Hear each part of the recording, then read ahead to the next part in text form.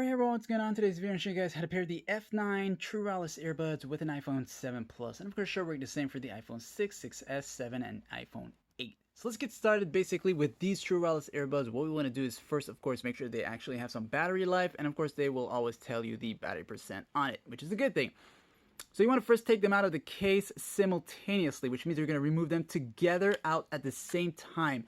And the reason for this is that they're going to light up in blue like this a few times, and then they will enter into pairing mode. Only one side enters into pairing mode, which is usually the host earbud, the right side. And once it starts to do that, you'll now go into your phone settings and turn on the Bluetooth settings. So we'll go to settings here. We'll go to where it says Bluetooth, and then we'll turn that on. And as you do that, just wait for where it says F9. You're going to wait for F9 to show up. That's the name of the earbuds.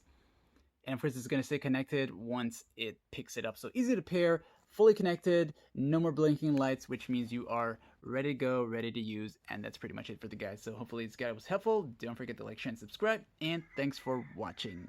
Not the rooster. See ya.